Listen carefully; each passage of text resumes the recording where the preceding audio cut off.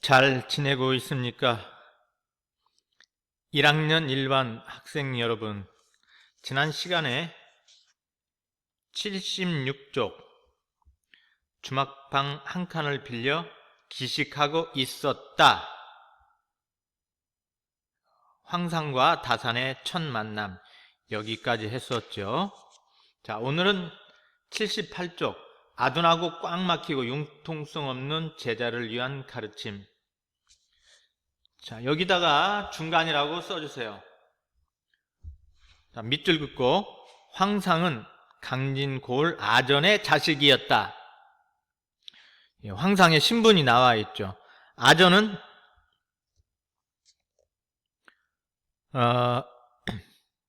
그 벼슬이 하급관리라는 뜻입니다.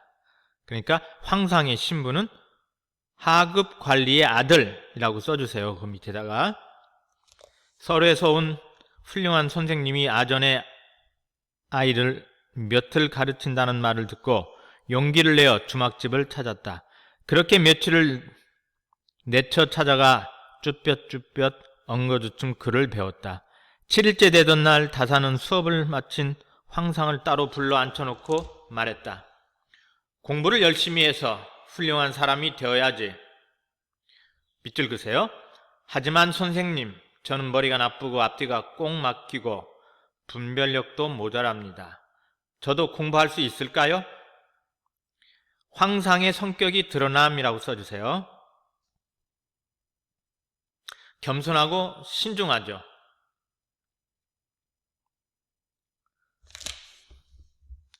잔뜩 주눅든 소년에게 다사는 길을 복돋워 준다. 그럼 할 수 있고 말고 항상 문제는 제가 민첩하다고 생각하고 총명하다고 생각하는 데서 생긴단다.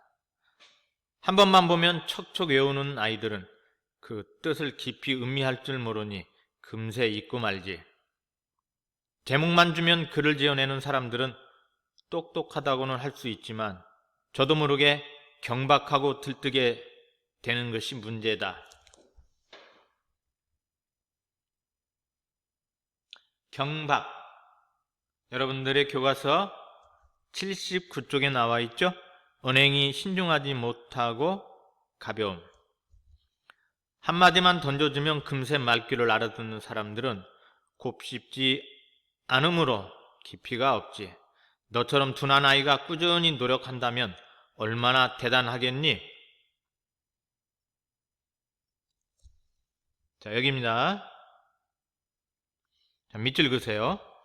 둔한 끝으로 구멍을 뚫기는 힘들어도 1탄 뚫고 나면 웬만해서는 막히지 않는 큰 구멍이 뚫릴 거다.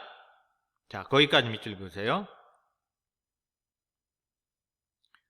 자, 비유적인 표현을 활용하여 부족한 사람도 꾸준히 노력하면 큰 성과를 이룰 수 있음을 전달함이라고 써줘. 꼭 막혔다가 뻥 뚫리면 거칠 것이 없겠지. 미혹한 것을 닦고 또 닦으면 마침내 그 광채가 눈부시게 될 것이야. 자, 이게 다산의 가르침이죠. 자, 그러자면 자, 여기 이렇게 묶어주세요. 다산의 가르침이 나옵니다. 첫째, 둘째, 셋째. 어떻게 해야 하겠니? 첫 번째도 부지런함이요, 둘째도 부지런함이며 셋째도 부지런함이 있을 뿐이다. 이게 삼근계라고 합니다. 삼근계. 너는 평생 부지런함이란 글자를 절대 잊지 말도록 해라. 어떻게 하면 부지런할 수 있을까? 내 마음을 다 잡아서 딴 데로 달아나지 않도록 꼭 붙들여 매야지. 자, 여기까지가 붙들어 매야지.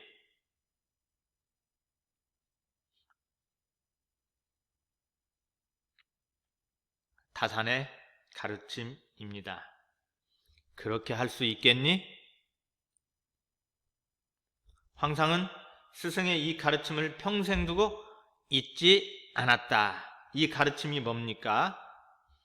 부지런히 공부할 것이죠. 딱 끊어서 황상이 학문에 매진하도록 다산의 가르침이라고 써주세요. 황상이 학문에 매진하도록 다산의 가르침. 교과서 80페이지. 어버이를 섬기는 마음으로 스승을 모시다. 다산은 강진에서 19년에 걸친 긴 귀향살이를 마치고 서울로 올라갔다. 1818년 8월 금음날 다산은 강진을 떠나면서 제자들과의 작별이 못내 아쉬워 다신계를 결성했다. 그 후로도 제자들은 해마다 힘을 합쳐 차를 따서 서울에 계신 스승에게 붙여드리곤 했다. 하지만 스승을 잃은 다산 초당은 점차 황폐해져 갔던 듯하다. 묶어주세요. 황상은부터 묶어줘. 이렇게 묶어. 황상은 스승의 채취가 못 견디게 그리우면서 문득 다산초당을 찾아 한참 머물다 가곤 했다. 이미 황폐해질 대로 황폐해진 초당의 예터를 서성이며 스승이 손수 파서 새긴 정석이란 두 글자를 어루만지다가 스승이 읽은 대숲과 연못을 보며 지난날의 맑은 풍정을 그리워했다. 풍정. 여러분들 교과서 81페이지에 나타나 있죠. 정서나 회포를 자아내는 풍치나 경치, 풍정을 그리워했다. 그러면서 스승이 계시던 예터를 100년도 지키지 못하는 자신의 무능을 서글퍼했다. 딱 끊어서 다산이 강진을 떠난 뒤 스승에 대한 그리움과 죄송함으로 괴로워한 황상 라고 써주세요. 다산이 강진을 떠난 뒤 스승에 대한 그리움과 죄송함으로 괴로워한 황상.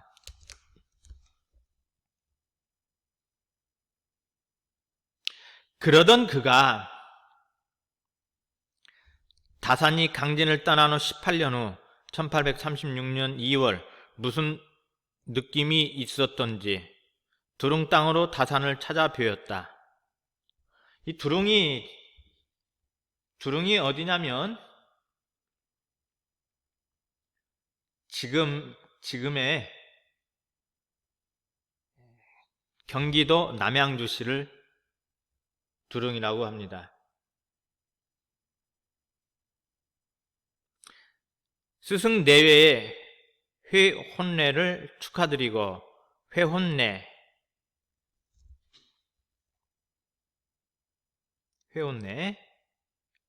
부부가 혼인하여 함께 맞이하는 예순도를 기념하는 잔치. 회갑이죠, 회갑.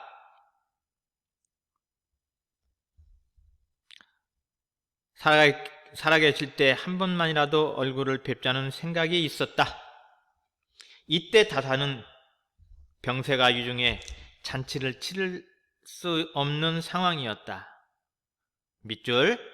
처음 만났을 때 15 소년이었던 제자는 쉰을 눈앞에 둔 중늙은이가 되어 죽음을 앞둔 스승께 절을 올렸다. 방금 여기까지 밑줄을 긋고 그 밑에다가 황상과 다산의 오랜 인연이라고 써주세요. 황상과 다산의 오랜 인연. 몇십 년 만에 만났네.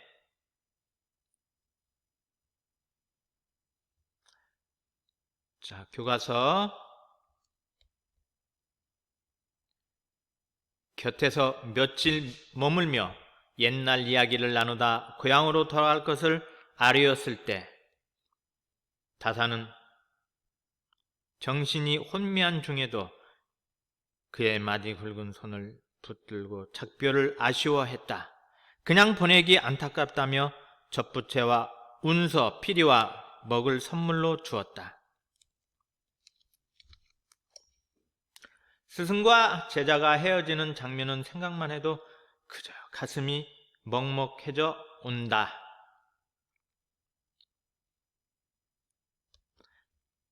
그렇게 헤어진 지 며칠이 안 되어 다사는 세상을 떴다.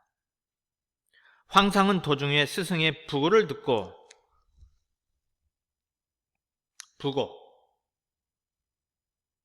사람의 죽음을 알리는 글이 부고입니다. 선생님도 사는 사람은 언젠가는 죽게 되어 있죠. 이거는 필연입니다.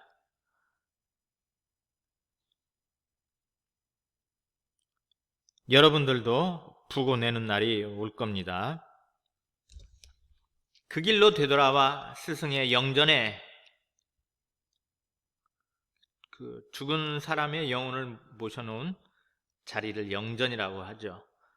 그걸 하고 아이고 이렇게 우는 것을 곡이라고 합니다. 곡을 하고 상복을 입은 채로 고향으로 돌아갔다. 딱 끊어주세요. 끊어서 다산이 강진을 떠난 뒤에도 그를 스승으로 극진히 모신 황상.